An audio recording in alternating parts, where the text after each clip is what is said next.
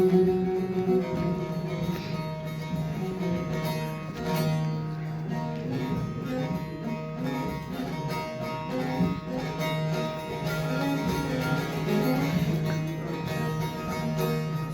ol da derdin aşma pahla, olur yan el atar zarara girer.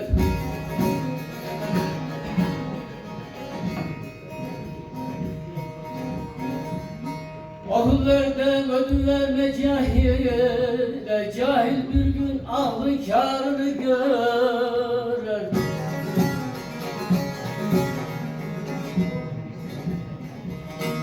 Ahillerde ödün verme cahile, cahil bir gün ahlın kârını görer. Hey Tanrım cananım, Canım canım.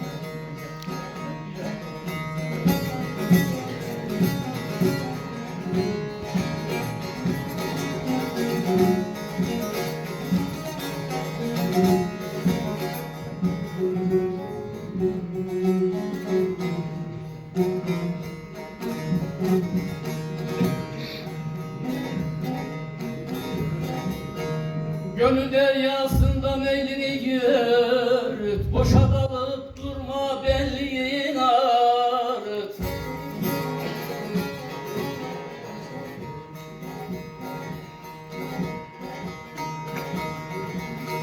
Her gelene kapı koyma haracım, bir musibet girer defterindir.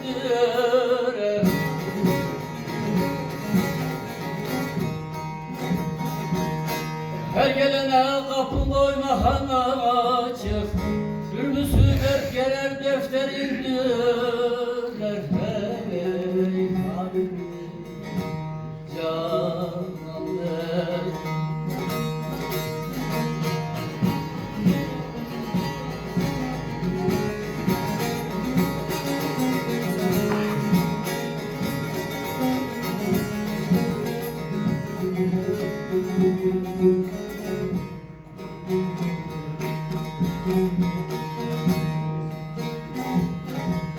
Söylen emanetim niyetin nedir? Mekanın dört duvar yatağın sedir.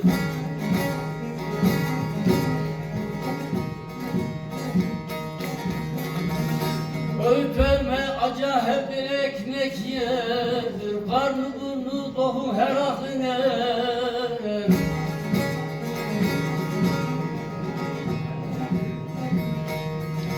Öğüt verme aca bir ekmek yedir. Karnı burnu dohu her aklın erer.